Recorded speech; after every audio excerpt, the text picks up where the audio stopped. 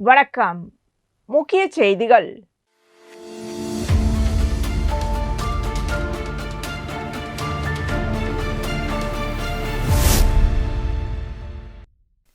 மறைந்த தமிழக முன்னாள் முதலமைச்சரும் முத்தமிழறிஞருமான கலைஞர் கருணாநிதியின் பிறந்த நாளை முன்னிட்டு புதுச்சேரி அரசு சார்பில் அவரது உருவப்படத்திற்கு மலர் தூவி மரியாதை செலுத்தப்பட்டது. புதுச்சேரி அரசின் செய்தி மற்றும் விளம்பரத்துறை சார்பில் நடைபெற்ற இந்நிகழ்ச்சி கடற்கரை சாலையில் உள்ள மேரி கட்டிட வளாகத்தில் நடைபெற்றது. பிறந்த நாளை ஒட்டி அலங்கரித்து வைக்கப்பட்டிருந்த கலைஞர் கருணாநிதியின் உருவப்படத்திற்கு முதலமைச்சர் ரங்கசாமி அரசு சார்பில் மலர் தூவி மரியாதை செலுத்தினார். இதனைத் தொடர்ந்து என்ஆர் காங்கிரஸ் மற்றும் திமுகவை சேர்ந்த சட்டமன்ற உறுப்பினர்களும் கலைஞரின் உருவப்படத்திற்கு மலர் தூவி அஞ்சலி செலுத்தினர். நிகழ்ச்சியில் கலந்து கொண்டவர்கள் கலைஞர் கருணாநிதியின் அரசியல், சமூக நீதி, கல்வி மற்றும் தமிழ்மொழி வளர்ச்சிக்கான பங்களிப்புகளை நினைவு கூர்ந்து மரியாதை செலுத்தினர். இந்நிகழ்வில் அரசு அதிகாரிகள், மக்கள் பிரதிநிதிகள் மற்றும் பொதுமக்கள் பலர் கலந்து கொண்டனர்.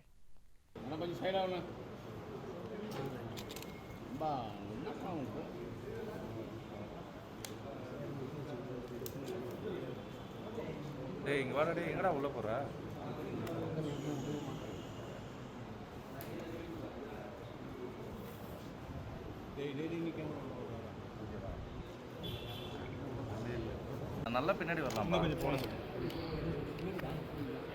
ஸ்பீக்கர் சார் தெரியல.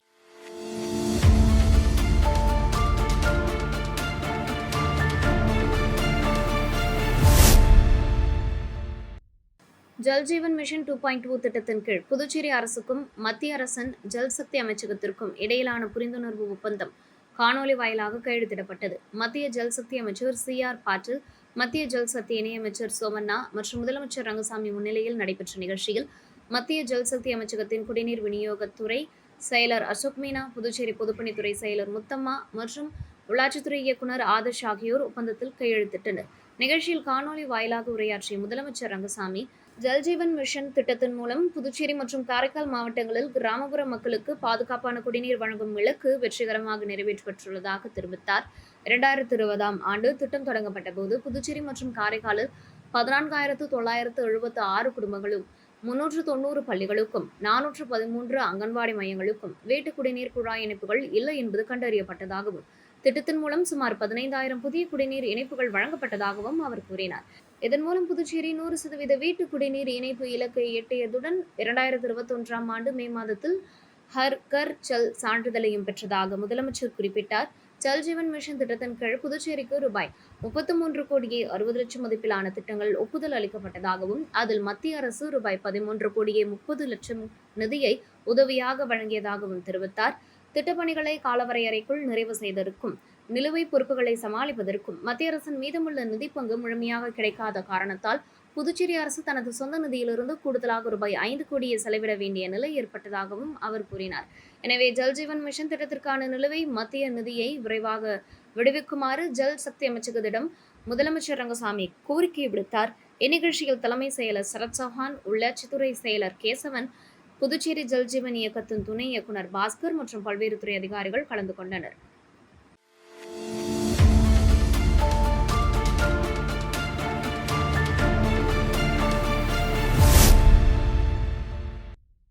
புதுச்சேரி நகராட்சி நிர்வாகத்தின் கீழ் உள்ள புதிய பேருந்து நிலையம், பெரிய மார்க்கெட், அண்ணாதிடல் மற்றும் உருளையன்பேட்டை தொகுதியில் நிலவும் பல்வேறு பிரச்சனைகள் குறித்து உருளையன்பேட்டை தொகுதி சட்டமன்ற உறுப்பினரும் நேயம் மக்கள் கழக தலைவருமான நேரு என்கின்ற குப்புசாமி புதுச்சேரி நகராட்சி ஆணையர் ஸ்ரீஜித்துடன் ஆலோசனை கூட்டம் நடத்தினார். கூட்டத்தில் புதிய பேருந்து நிலையத்தில் பயணிகளுக்கான அடிப்படை வசதிகளை மேம்படுத்துவது, பெரிய மார்க்கெட் என அழைக்கப்படும் குபேர் அங்காடியை நவீனப்படுத்துவது உள்ளிட்ட முக்கிய அம்சங்கள் குறித்து விவாதிக்கப்பட்டது. மேலும் அண்ணாதிடல் விளையாட்டு மைதானத்தை அருகில் உள்ள பள்ளி மாணவ மாணவிகள் பயன்படுத்தும் வகையில் தேவையான அடிப்படை வசதிகளை ஏற்படுத்தி பயன்பாட்டிற்கு கொண்டு வருவது குறித்தும் ஆலோசிக்கப்பட்டது. உருளையன்பேட்டை தொகுதியில் அதிகரித்து வரும் தெருநாய்கள் மற்றும் சாலைகளில் சுற்றித் திரியும் மாடுகளை கட்டுப்படுத்துதல், போக்குவரத்திற்கு இடையூறு விளைவிக்கும் ஆக்கிரமிப்புகளை அகற்றுதல் உள்ளிட்ட நடவடிக்கைகள் தொடர்பாகவும் விவாதிக்கப்பட்டது. அத்துடன் தென்னஞ்சாலை பகுதியில் உள்ள சுப்பராய பிள்ளை சத்திரம் இடுகாட்டை அதிநவீன வசதிகளுடன் மேம்படுத்துவது, தொகுதியில் புதிய சிமெண்ட் சாலைகள் அமைப்பது மற்றும் பல்வேறு உள்கட்டமைப்பு மேம்பாட்டு பணிகளை விரைவுபடுத்துவது குறித்தும் ஆலோசிக்கப்பட்டது. நேரு நகர், பாண்டியன் வீதி உள்ளிட்ட பகுதிகளில் புதியதாக கட்டப்பட்டு வரும் அங்கன்வாடி மையங்களின் கட்டுமான பணிகளை விரைந்து முடித்து பொதுமக்கள் பயன்பாட்டிற்கு கொண்டுவர தேவையான நடவடிக்கைகளை மேற்கொள்ள வேண்டும் என்றும் கூட்டத்தில் வலியுறுத்தப்பட்டது. இந்த ஆலோசனைக் கூட்டத்தில் புதுச்சேரி நகராட்சி ஆணையர் ஸ்ரீஜித், நகராட்சி செயற்பொறியாளர் சிவபாலன் மற்றும் நகராட்சி உயர் அதிகாரிகள், ஊழியர்கள் பலர் கலந்து கொண்டனர். நாள் கணக்காகி, மாச கணக்காகி, வருஷ கணக்காகி எந்த வேலையும் நடக்கல சார். இதே மாதிரி இந்த மாதிரிலாம் இந்த விஷயம் இருக்க முடியாது சார். ரெண்டு ப்ராசஸும் கட்டிக்கலாம், ரெண்டு விதமாக கட்டிக்கலாம் சார். ஒன்றும் வந்துட்டு அந்த ஃபுல் ப்ராஜெக்டை வந்து 110 கோடி எடுத்து திருப்பி கேட்டுருவோம் சார். இதில் வந்துட்டு எடுத்து ப்ராஜெக்ட் எடுத்தோம்னா அவங்க ஷிப் பண்ணணும். அதுக்கு நேரடி வீட்டு தேர்ந்தெடுத்து அதை ஷிப் பண்ணுறதுக்கான செலவுக்கு ஒரு 5 கோடி கேட்டுருவோம் சார்.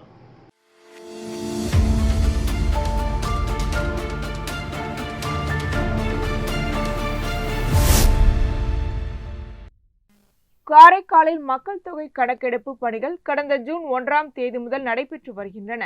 இதன் ஒரு பகுதியாக வீடு வீடாக சென்று கணக்கெடுப்பு பணிகளை அதிகாரிகள் மேற்கொண்டு வருகின்றனர். இந்நிலையில் காரைக்கால் மாவட்ட ஆட்சியர் யஷிதா ரெட்டி காரைக்கால் நகரில் நடைபெற்று வரும் மக்கள் தொகை கணக்கெடுப்பு பணிகளை நேரில் பார்வையிட்டு ஆய்வு செய்தார்.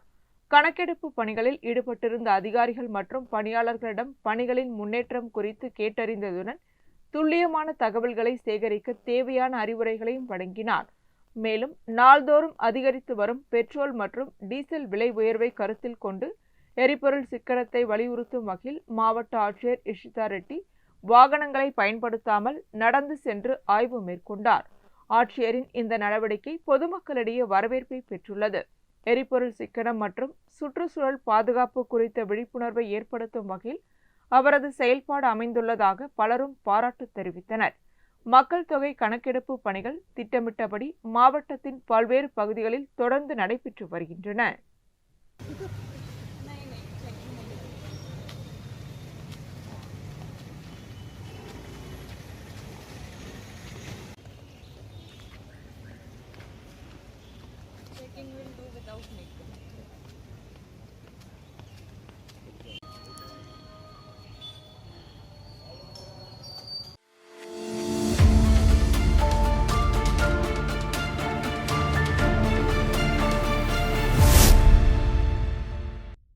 புதுச்சேரி சுகாதாரத்துறை, தேசிய சுகாதார இயக்கம், தேசிய புகையிலை கட்டுப்பாட்டு திட்டம் மற்றும் மருத்துவம், பல் மருத்துவக் கல்லூரிகள் இணைந்து உலக புகையிலை ஒழிப்பு தினத்தை முன்னிட்டு விழிப்புணர்வு பேரணியை நடத்தினர்.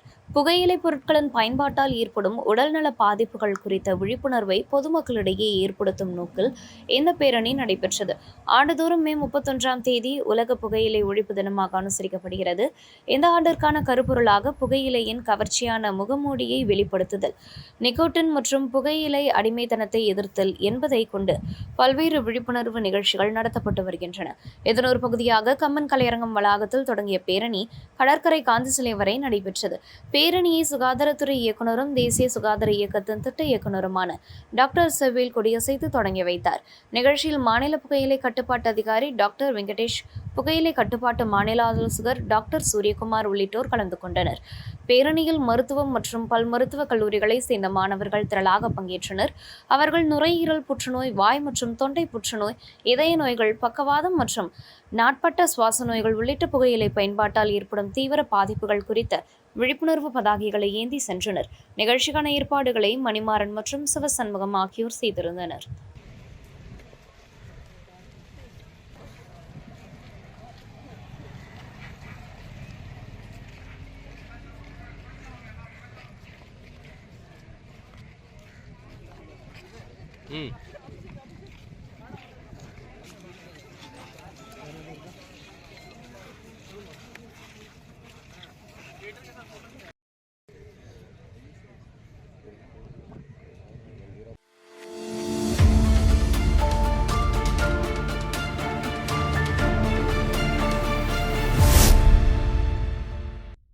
புதுச்சேரியில் நிலவி வரும் கடுமையான கோடை வெயிலின் தாக்கத்தை கருத்தில் கொண்டு அரசு மற்றும் தனியார் பள்ளிகளுக்கான கோடை விடுமுறையை வரும் ஜூன் 15ஆம் தேதி வரை நீட்டிக்க வேண்டும் என்று தட்டாஞ்சாவடி தொகுதி வேட்பாளரும் நேயம் மக்கள் கழகத்தின் பொதுச் செயலாளருமான விநாயகம் அரசுக்கு கோரிக்கை விடுத்துள்ளார். இதுகுறித்து அவர் வெளியிட்டுள்ள அறிக்கையில், புதுச்சேரியில் தற்போது வெயிலின் தாக்கம் மிகவும் அதிகரித்துள்ளதுடன் வெப்பநிலையும் தொடர்ந்து உயர்ந்து வருவதாக தெரிவித்துள்ளார். இதனால் பள்ளி மாணவர்கள் பல்வேறு உடல்நல பாதிப்புகளுக்கு ஆளாகும் அபாயம் இருப்பதாகவும் அவர் குறிப்பிட்டுள்ளார். குறிப்பாக கோடை காலங்களில் ஏற்படும் கண் நோய்கள், அம்மை உள்ளிட்ட வெப்பம் தொடர்பான நோய்களிலிருந்து மாணவர்களை பாதுகாக்கும் வகையில் பள்ளிகள் திறக்கப்படுவதை சற்று தள்ளி வைக்க வேண்டியது அவசியம் என அவர் வலியுறுத்தியுள்ளார். மேலும் கடுமையான வெயிலின் போது பெற்றோர்கள் தங்களது குழந்தைகளை பள்ளிக்கு அழைத்து செல்வதிலும் மீண்டும் வீட்டிற்கு அழைத்து வருவதிலும் பெரும் சிரமங்களை சந்தித்து வருவதாகவும் தெரிவித்துள்ளார். எனவே மாணவர்களின் நலன் மற்றும் பாதுகாப்பை முதன்மையாக கருத்தில் கொண்டு அரசு மற்றும் தனியார் பள்ளிகளுக்கான கோடை விடுமுறையை ஜூன் 15ஆம் தேதி வரை நீட்டிக்க புதுச்சேரி அரசு உடனடி நடவடிக்கை எடுக்க வேண்டும் என்றும் விநாயகம் கேட்டுக் கொண்டுள்ளார். கல்வி முக்கியமானதென்றாலும் பள்ளி மாணவ மாணவிகளின் உடல் நலம் மற்றும் பாதுகாப்பு அதைவிட முக்கியமானது என்ற அடிப்படையில் அரசு செயல்பட வேண்டும் என்றும் அவர் வலியுறுத்தியுள்ளார்.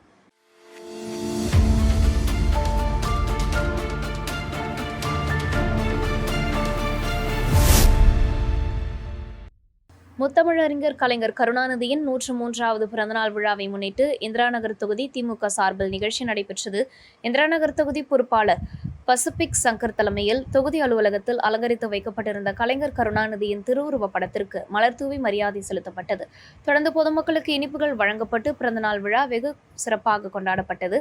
நிகழ்ச்சியில் திமுக நிர்வாகிகள் செல்வம், தங்கதுரை, கார்த்திக், ராஜா, ஜெகன், விஜயராஜ், லிங்கநாதன், கலியபெருமாள், செங்கேனி, குப்பன், வீரப்பன், சண்முகம், நடராஜன், நெப்போலியன், கமலக்கண்ணன், சுந்தரமூர்த்தி, சுப்பிரமணி உள்ளிட்டோர் கலந்து கொண்டு கலைஞரின் திருவுருவப் படத்திற்கு மரியாதை செலுத்தினர். மேலும் கட்சி நிர்வாகிகள் மற்றும் தொண்டர்கள் பங்கேற்று கலைஞர் கருணாநிதியின் சமூக நீதி கொள்கைகள், தமிழ் வளர்ச்சிக்கான பங்களிப்புகள் மற்றும் மக்கள் நலப்பணிகளை நினைவு கூர்ந்தனர்.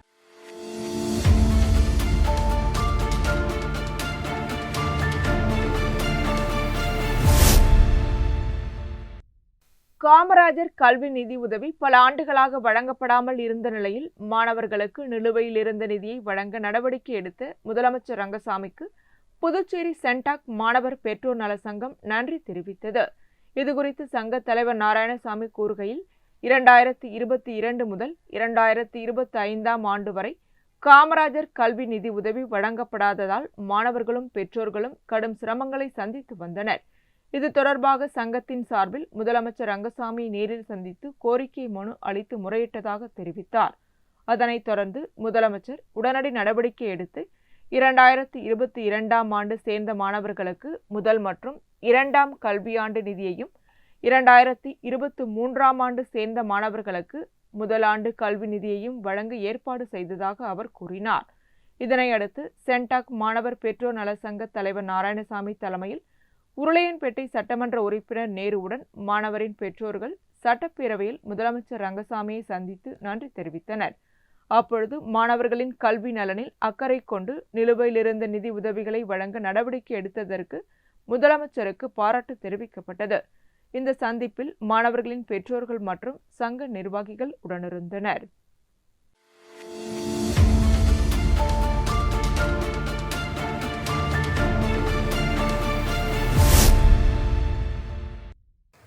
காரைக்கால் நகர பகுதியை சேர்ந்த பெண்ணிடம் கத்தி முனையில் வழிப்பறி செய்து 9 பவுன் தாலி சங்கிலியை பறித்து சென்ற இருவரை சம்பவம் நடந்த 24 மணி நேரத்திற்குள் காவல்துறையினர் கைது செய்து நகையையும் மீட்டுள்ளனர். காரைக்கால் ஜீவானந்தம் வீதியில் வசித்து வரும் சரண்யா ரகுராமன் நெடுங்காடு அருகே உள்ள பண்டாரவடை கிராமத்தில் பருத்தி சாகுபடி செய்து வருகிறார். சம்பவத்தன்று அவர் தனது இருசக்கர வாகனத்தில் பண்ணை பராமரிப்பு பணிக்காக நெடுங்காடு நோக்கி சென்று கொண்டிருந்தார். அப்போது மேல காசாக்குடி அருகே சென்றபோது மற்றொரு இருசக்கர வாகனத்தில் வந்த இருவர் அவரை பின்தொடர்ந்து வந்ததாக கூறப்படுகிறது. பின்னர் திடீரென அவரை வழிமறித்து கத்தியை காட்டி மிரட்டி அவர் அணிந்திருந்த சுமார் 9 பவுன் தாலி சங்கிலியை பறித்து கொண்டு தப்பி சென்றனர். இதுகுறித்து சரண்யா ரகுராமன் நெடுங்காடு காவல் நிலையத்தில் புகார் அளித்தார். புகாரின் பேரில் காவல் கண்காணிப்பாளர் பழனிவேலு உத்தரவின் பேரில் நிலைய ஆய்வாளர் பிரவீன்குமார் ராமு மற்றும் உதவி ஆய்வாளர் குமார் தலைமையில் தனிப்படை அமைக்கப்பட்டது. தனிப்படை காவல்துறையினர் வாகன பதிவு எண் மற்றும் இணையவழி தொழில்நுட்ப ஆதாரங்களின் உதவியுடன் தீவிர விசாரணை மேற்கொண்டனர். விசாரணையில் வழிப்பறி சம்பவத்தில் ஈடுபட்டது தமிழ்நாடு மாநிலம் கும்பகோணத்தை சேர்ந்த முத்தமிழரசன் மற்றும் முத்து என்பது தெரியவந்தது. இதையடுத்து இருவரையும் காவல்துறையினர் கைது செய்ததுடன் அவர்கள் பறித்து சென்ற 9 பவுன் தாலி சங்கிலி, சம்பவத்திற்கு பயன்படுத்திய இருசக்கர வாகனம், செல்போன் மற்றும் கத்தி ஆகியவற்றையும் பறிமுதல் செய்தனர். பின்னர் கைது செய்யப்பட்ட இருவரும் நீதிமன்றத்தில் ஆஜர்படுத்தப்பட்டு சிறையில் அடைக்கப்பட்டனர். வழிப்பறி சம்பவம் நடைபெற்ற 24 மணி நேரத்திற்குள் குற்றவாளிகளை கைது செய்து திருடப்பட்ட நகைகளை மீட்ட தனிப்படை காவல்துறையினரை காவல்துறை அதிகாரிகள் பாராட்டினர்.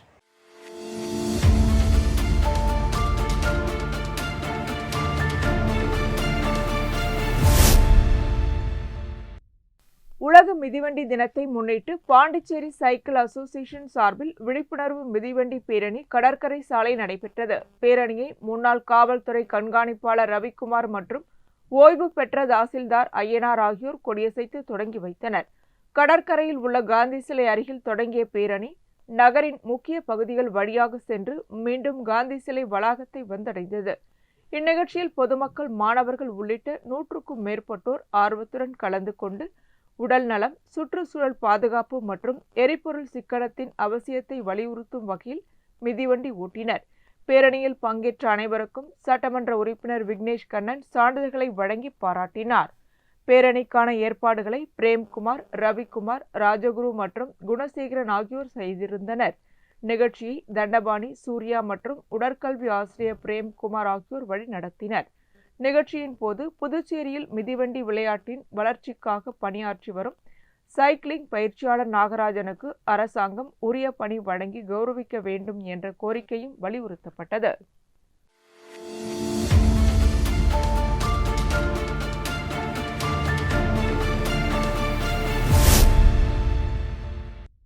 புதுச்சேரி ஏம்பலம் தொகுதிக்குட்பட்ட பல்வேறு கிராம பஞ்சாயத்துகளில் மகாத்மா காந்தி தேசிய ஊரக வேலை உறுதி திட்டத்தின் கீழ் ஏரிகள் மற்றும் வாய்க்கால்களை தூர்வாரி ஆழப்படுத்தும் பணிகள் தொடங்கப்பட்டன. சட்டமன்ற உறுப்பினர் மோகன்தாஸ் தலைமையில் நடைபெற்ற பூமி பூஜையுடன் பணிகள் தொடங்கி வைக்கப்பட்டன. இதன்படி சேலிமேடு கிராம பஞ்சாயத்துக்குட்பட்ட தாங்கல் ஏரியை தூர்வாரி ஆழப்படுத்தும் பணி ரூபாய் 39.66 லட்சம் மதிப்பீட்டில் மேற்கொள்ளப்படுகிறது. கரிக்கலாம்பாக்கம் கிராம பஞ்சாயத்துக்குட்பட்ட அரங்கநாயகி ஓடையை தூர்வாரி ஆழப்படுத்தும் பணி ரூபாய் 5.23 லட்சம் மதிப்பீட்டிலும், கோர்க்காடு கிராம பஞ்சாயத்துக்குட்பட்ட வாய்க்காலை தூர்வாரி ஆழப்படுத்தும் பணி ரூபாய் 10.94 லட்சம் மதிப்பீட்டிலும் மேற்கொள்ளப்பட உள்ளது. அதேபோல் செம்பியம்பாளையம் கிராம பஞ்சாயத்துக்குட்பட்ட புதுக்குப்பம் வக்ரான் ஏரியை தூர்வாரி ஆழப்படுத்தும் பணி ரூபாய் 39.74 லட்சம் மதிப்பீட்டிலும் செயல்படுத்தப்பட உள்ளது. இந்த பணிகள் மூலம் நீர்நிலைகளின் நீர்த்தேக்க திறன் அதிகரிப்பதுடன் நிலத்தடி நீர் மட்டம் உயரவும், விவசாயத்திற்கு தேவையான நீர்வளம் மேம்படவும் வாய்ப்பு ஏற்படும் என அதிகாரிகள் தெரிவித்தனர். நிகழ்ச்சியில் வட்டார வளர்ச்சி அதிகாரி சௌந்தரி, உதவி பொறியாளர் ராமன், இளநிலை பொறியாளர் தனராஜ், பணி ஆய்வாளர் சந்திரமோகன் உள்ளிட்ட அதிகாரிகள் கலந்து கொண்டனர். மேலும் என்ஆர் காங்கிரஸ் கட்சி நிர்வாகிகள் மற்றும் பொதுமக்கள் நிகழ்வில் பங்கேற்றனர். மகாத்மா காந்தி தேசிய ஊரக வேலை உறுதி திட்டத்தின் மூலம் மேற்கொள்ளப்படும் இந்த பணிகள் கிராமப்புறங்களில் நீர்வள பாதுகாப்பு மற்றும் சுற்றுச்சூழல் மேம்பாட்டிற்கு முக்கிய பங்காற்றும் என எதிர்பார்க்கப்படுகிறது.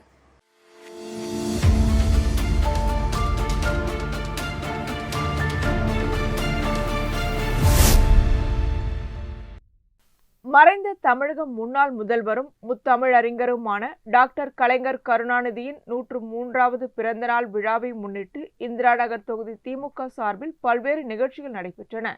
தொகுதி செயலாளர் ராதாகிருஷ்ணன் தலைமையில் நடைபெற்ற நிகழ்ச்சியில் அலங்கரிக்கப்பட்ட கலைஞர் கருணாநிதியின் திருவுருவப் படத்திற்கு மாலை அணிவித்து மலர் தூவி மரியாதை செலுத்தப்பட்டது. தொடர்ந்து பொதுமக்களுக்கு இனிப்புகள் வழங்கப்பட்டதுடன் கலைஞர் கருணாநிதிக்கு புகழஞ்சலியும் செலுத்தப்பட்டது.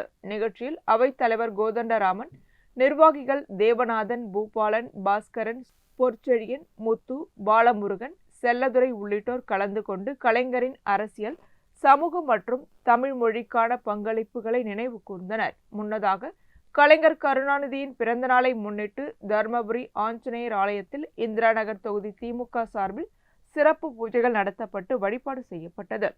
இந்நிகழ்ச்சிக்கான ஏற்பாடுகளை இந்திரா நகர் தொகுதி செயலாளர் ராதாகிருஷ்ணன் தலைமையில் தொகுதி நிர்வாகிகள் செய்திருந்தனர். நிகழ்ச்சியில் திமுக நிர்வாகிகள், கட்சி தொண்டர்கள் மற்றும் பொதுமக்கள் கலந்து கொண்டு கலைஞர் கருணாநிதியின் நினைவுக்கு மரியாதை செலுத்தினர்.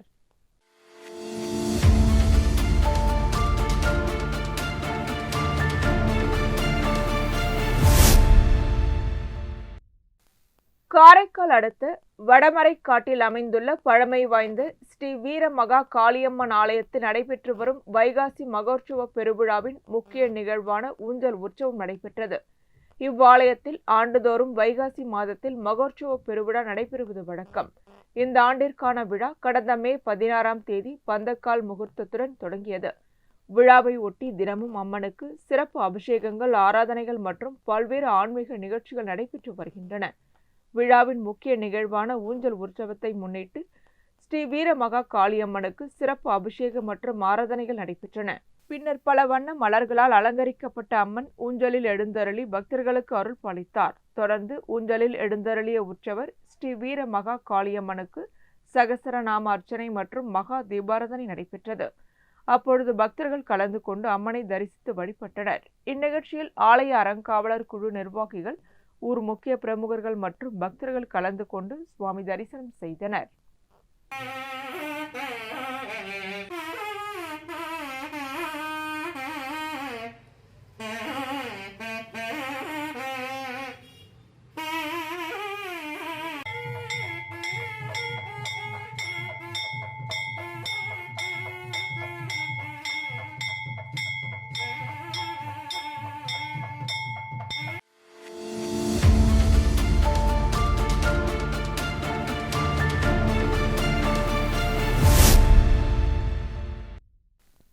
வீடற்ற புதிரை வண்ணார் சமூக மக்களுக்கு இலவச மனைப்பட்டா அல்லது அரசு அடுக்குமாடி குடியிருப்புகளை உடனடியாக வழங்க வலியுறுத்தி புதுச்சேரி புதிரை வண்ணார் விடுதலை இயக்கம் சார்பில் குடிசை மாற்று வாரிய அலுவலகம் முன்பு ஆர்ப்பாட்டம் நடைபெற்றது. புதிரை வண்ணார் சமூக மக்களுக்கு வீட்டு வசதி வழங்க வேண்டும் என்ற கோரிக்கையை முன்வைத்து பல ஆண்டுகளாக தொடர் போராட்டங்களும் ஆர்ப்பாட்டங்களும் நடத்தப்பட்டு வருகின்றன. அதன் ஒரு பகுதியாக கடந்த சில மாதங்களுக்கு முன்பு இயக்க நிர்வாகிகள் குடிசை மாற்று வாரிய அதிகாரிகளை சந்தித்து வீடற்ற சமூக மக்களுக்கு அரசு அடுக்குமாடி குடியிருப்புகளை வழங்க வேண்டும் என்று கோரிக்கை வைத்திருந்தனர். அப்பொழுது அதிகாரிகள் தகுதியுடையவர்களுக்கு குடியிருப்புகள் வழங்க நடவடிக்கை எடுக்கப்படும் என உறுதியளித்ததாக கூறப்படுகிறது. ஆனால் புதிரை வண்ணார் சமூக மக்களை தவிர்த்து மற்றவர்களுக்கு குடியிருப்புகள் ஒதுக்கப்பட்டதாக குற்றம் சாட்டிய சமூக மக்கள் இதற்கு எதிர்ப்பு தெரிவித்து போராட்டத்தில் ஈடுபட்டனர். மறைமலை அடிகள் சாலையில் இருந்து ஊர்வலமாக புறப்பட்ட 50க்கும் மேற்பட்டோர் குடிசை மாற்று வாரிய அலுவலகத்தை முற்றுகையிட்டு ஆர்ப்பாட்டம் நடத்தினர். இந்த ஆர்ப்பாட்டத்திற்கு புதிரை வண்ணார் விடுதலை இயக்க தலைவர் தெய்வநீதி தலைமையேற்றார். நிர்வாகிகள் கோவிந்தன், அர்ஜுனன் ஆகியோர் தலைமை வகித்தனர். அழகுவேல், சுப்பிரமணியன், ரவிச்சந்திரன், ராஜசேகர், சக்திவேல், சத்யராஜ், பாக்யராஜ் உள்ளிட்டோர் முன்னிலை வகித்தனர். மேலும் இயக்கத்தின் மகளிர் அணி தலைவி தேவி வள்ளியம்மை, சாய்குமாரி, பிரேமா, சுகன்யா, மீனா, சாந்தி, மகேஸ்வரி, சகுந்தலா, சங்கீதா உள்ளிட்ட ஏராளமான மகளிர்கள் மற்றும் மகளிர் அணி நிர்வாகிகள் கலந்து கொண்டனர்.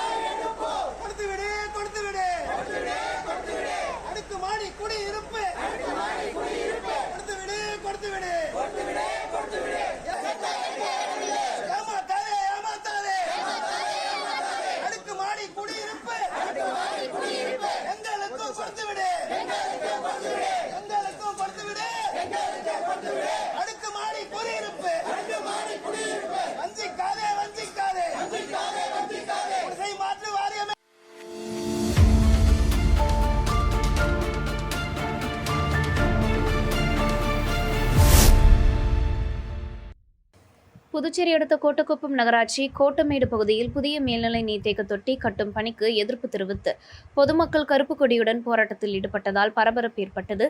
கோட்டமேடு பகுதியில் உள்ள செல்லமுத்து மாரியம்மன் கோவிலுக்கு சொந்தமான இடத்தில் கடந்த 35 ஆண்டுகளுக்கு முன்பு கட்டப்பட்டிருந்த மேல்நிலை நீர்த்தேக்க தொட்டி சேதமடைந்த நிலையில் அதை இடித்துவிட்டு அதே இடத்தில் புதிய நீர்த்தேக்க தொட்டி அமைக்க நகராட்சி நிர்வாகம் முடிவு செய்தது. இதையடுத்து சில மாதங்களுக்கு முன்பு பழைய நீர்த்தேக்க தொட்டி அகற்றப்பட்டு புதிய தொட்டி அமைக்கும் பணிகள் தொடங்கப்பட்டன. இந்நிலையில் கோவில் நிலத்தில் புதிய நீர்த்தேக்க தொட்டி அமைக்கக்கூடாது என வலியுறுத்தி கோட்டமேடு பகுதியைச் சேர்ந்த ஆண்கள், பெண்கள் உள்ளிட்ட 100க்கும் மேற்பட்டோர் கருப்பு கொடியுடன் மற்றும் கோரிக்கை பதாகைகளை ஏந்தியபடி கிழக்கு கடற்கரை சாலையில் உள்ள சறுக்கு பாலம் அருகே சாலை மறியலில் ஈடுபட முயன்றனர். இதையடுத்து கோட்டக்குப்பம் காவல் ஆய்வாளர் விஸ்வநாதன் தலைமையிலான காவல்துறையினர் அவர்களை தடுத்து நிறுத்தினர். பின்னர் பொதுமக்கள் சாலை ஓரத்தில் அமர்ந்து ஆர்ப்பாட்டத்தில் ஈடுபட்டு நகராட்சி நிர்வாகத்திற்கு எதிராக கோஷங்கள் எழுப்பினர். போராட்டத்தில் ஈடுபட்ட பொதுமக்களுடன் காவல் ஆய்வாளர் விஸ்வநாதன் மற்றும் நகராட்சி அதிகாரிகள் பேச்சுவார்த்தை நடத்தினர். அப்போது பேச்சுவார்த்தைக்கு வந்த நகராட்சி அதிகாரிகளை பொதுமக்கள் முற்றுகையிட்டு கடும் வாக்குவாதத்தில் ஈடுபட்டதால் அப்பகுதியில் பதற்றமான சூழ்நிலை நிலவியது. பொதுமக்களின் எதிர்ப்பை தொடர்ந்து புதிய மேல்நிலை நீர்த்தேக்க தொட்டி கட்டுமான பணிகள் தற்காலிகமாக நிறுத்தப்பட்டன. கோட்டமேடு பகுதியில் நடைபெற்ற திடீர் போராட்டத்தை முன்னிட்டு ஏராளமான போலீசார் பாதுகாப்பு பணியில் ஈடுபட்டுள்ளனர். இதனால் அப்பகுதியில் சில மணி நேரம் பரபரப்பு நிலவியது.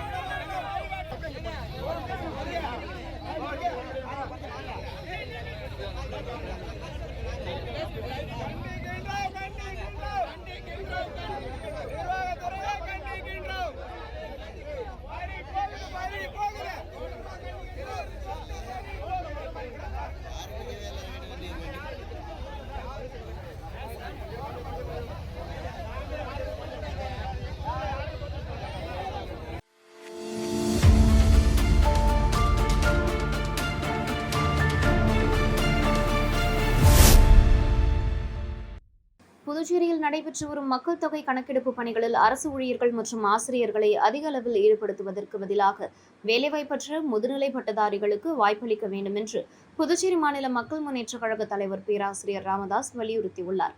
இதுகுறித்து அவர் வெளியிட்டுள்ள அறிக்கையில், மக்கள் தொகை கணக்கெடுப்பு என்பது மக்கள் நலத்திட்டங்கள், கல்வி, சுகாதாரம், உள்கட்டமைப்பு வசதிகள் மற்றும் பொருளாதார திட்டமிடலுக்கான அடிப்படை தரவுகளை வழங்கும் முக்கியமான தேசிய பணி என்பதால் அனைத்து குடிமக்களும் இதற்கு முழு ஒத்துழைப்பு வழங்க வேண்டும் என்று தெரிவித்துள்ளார்.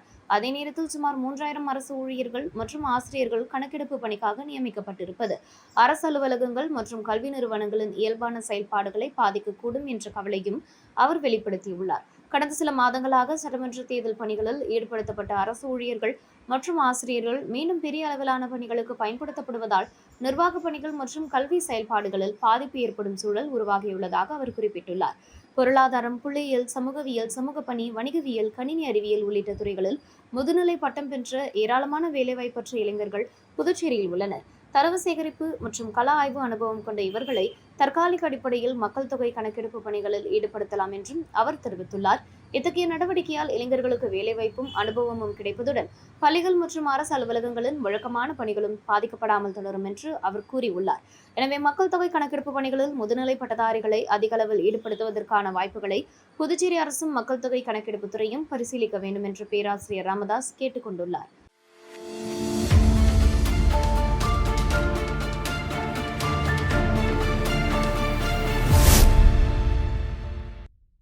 தமிழ்நாட்டின் முன்னாள் முதலமைச்சரும் திராவிட முன்னேற்றக் கழகத்தின் முன்னாள் தலைவருமான கலைஞர் கருணாநிதியின் பிறந்த நாளை முன்னிட்டு காரைக்காலில் பல்வேறு இடங்களில் மரியாதை செலுத்தும் நிகழ்ச்சிகள் நடைபெற்றன. அதன் ஒரு பகுதியாக காரைக்கால் புதிய பேருந்து நிலையத்தில் வைக்கப்பட்டிருந்த கலைஞர் கருணாநிதியின் உருவப்படத்திற்கு காரைக்கால் சட்டமன்ற உறுப்பினர் நாஜிம், முன்னாள் சட்டமன்ற உறுப்பினர் நாக தியாகராஜன் மற்றும் திமுக விவசாய அணி அமைப்பாளர் பிரபு ஆகியோர் மாலை அணிவித்து மரியாதை செலுத்தினர். தொடர்ந்து காரைக்கால் அறிஞர் அண்ணா கலைக்கல்லூரி வளாகத்தில் உள்ள டாக்டர் கலைஞர் பட்ட மேற்படிப்பு மையத்தில் அமைந்துள்ள கலைஞர் கருணாநிதியின் உருவ சிலைக்கும் மாலை அணிவித்து அஞ்சலி செலுத்தப்பட்டது.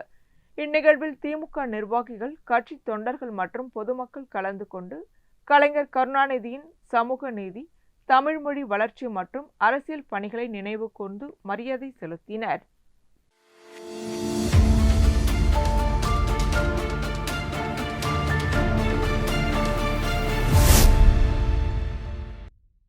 காரைக்கால் டிராமா கொட்டகை தெருவில் அமைந்துள்ள ஸ்ரீ பூரண புஷ்பகலா சமேத ஸ்ரீ ஐயனார் கோவிலில் நடைபெற்று வரும் வைகாசி பருவ திருவிழாவை ஒட்டி சுவாமி புறப்பாடு மற்றும் மகா தீபாராதனை நிகழ்ச்சி நடைபெற்றது.